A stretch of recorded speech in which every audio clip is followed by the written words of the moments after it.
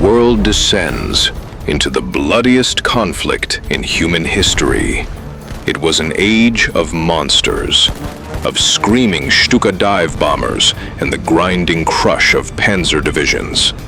But amidst the industrial slaughter, something smaller, more intimate, decided the fate of empires: the guns. Today, we are decoding the 5 most powerful, most terrifying, and most revolutionary firearms of World War II. Weapons that didn't just fire bullets, they fired the future of modern warfare. Why were they so dominant? What engineering secrets made them lethal? And how did they change the way humans kill each other? Strap in. This journey is going to blow your mind. Part 1. MG42, Hitler's buzzsaw.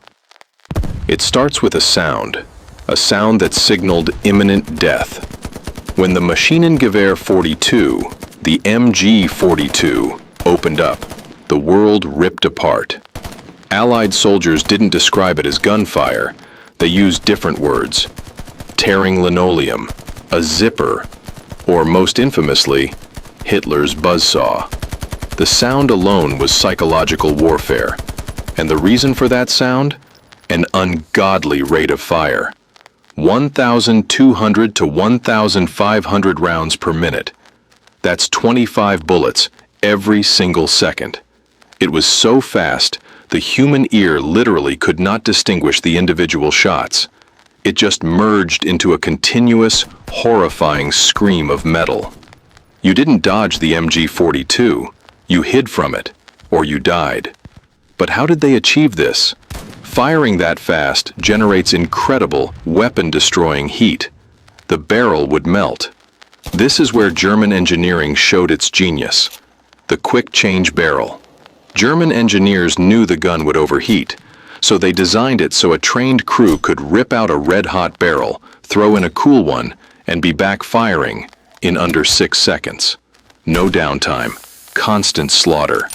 And the internal mechanism? The roller-locked bolt system, highly advanced for its time, reliable, and critically, it allowed the gun to be made from stamped steel. It wasn't meticulously milled like older machine guns. It was punched out in factories, cheaply, quickly. The historical impact is devastating. Normandy, D-Day, the beaches of Omaha and Utah. For the American soldiers hitting the sand, the MG42 was the sound of the apocalypse.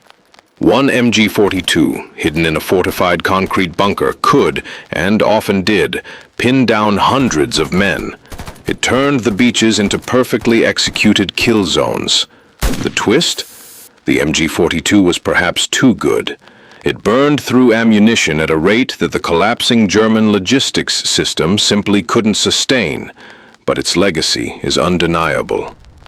The American M60 used in Vietnam, the modern German MG3 still in service today, they are direct descendants of the buzzsaw. Part 2. PPSH-41, the Red Tide. Now we move east to the frozen hellscape of the Russian front, the Russian winter.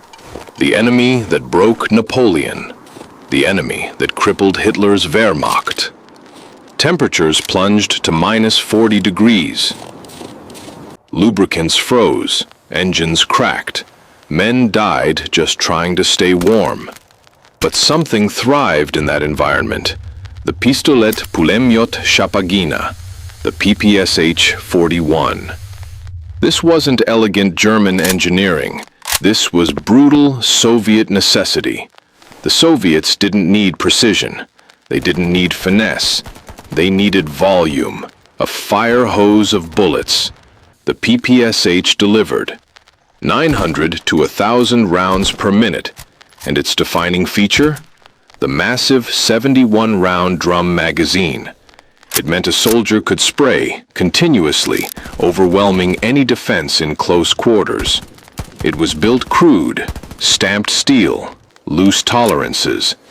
In most armies, that would be a defect. For the Soviets, It was the secret to its success.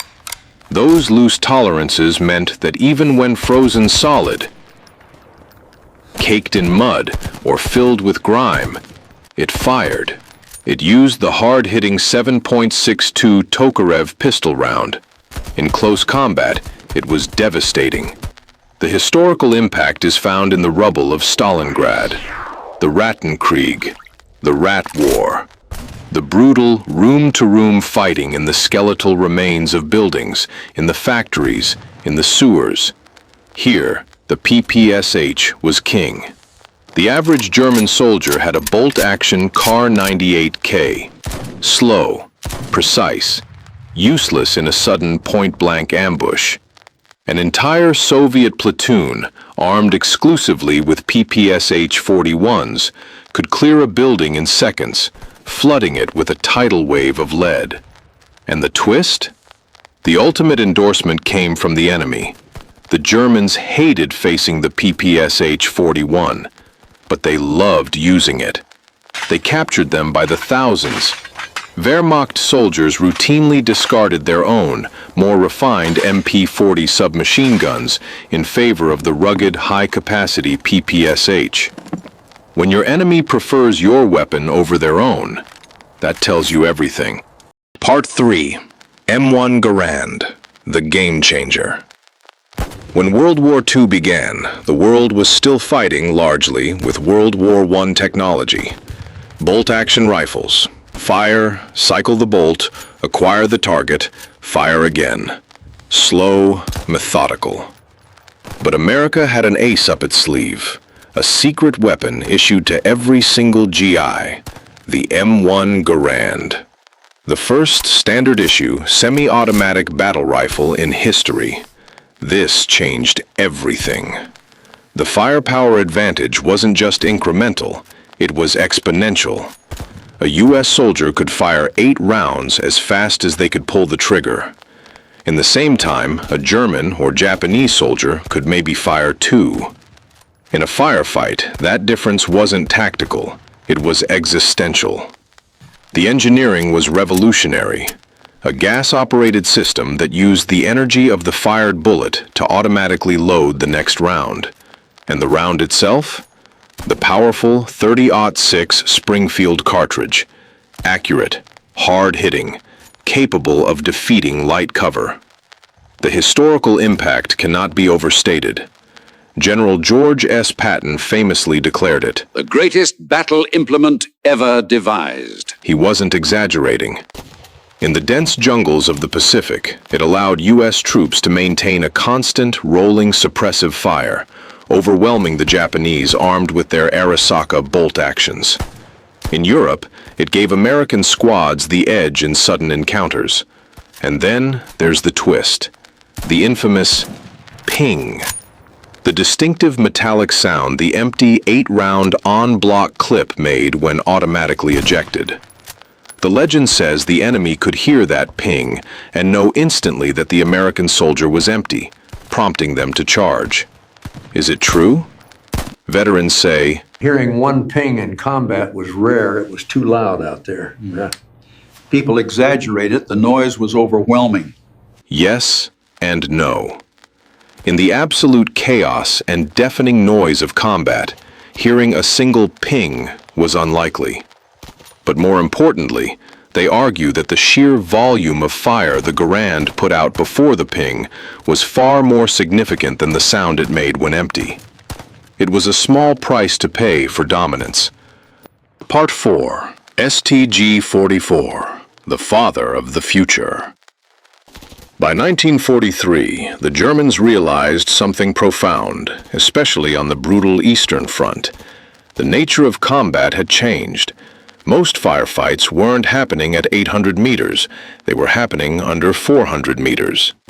The long-range power of their Kar 98K rifles was being wasted. The short range of their submachine guns was insufficient. They needed a hybrid, a compromise, a new class of weapon. Enter the Sturmgewehr 44, the STG-44. Sturmgewehr, literally translated storm rifle or assault rifle. This isn't just another gun on the list. This is the revolution. This is the genesis of modern warfare.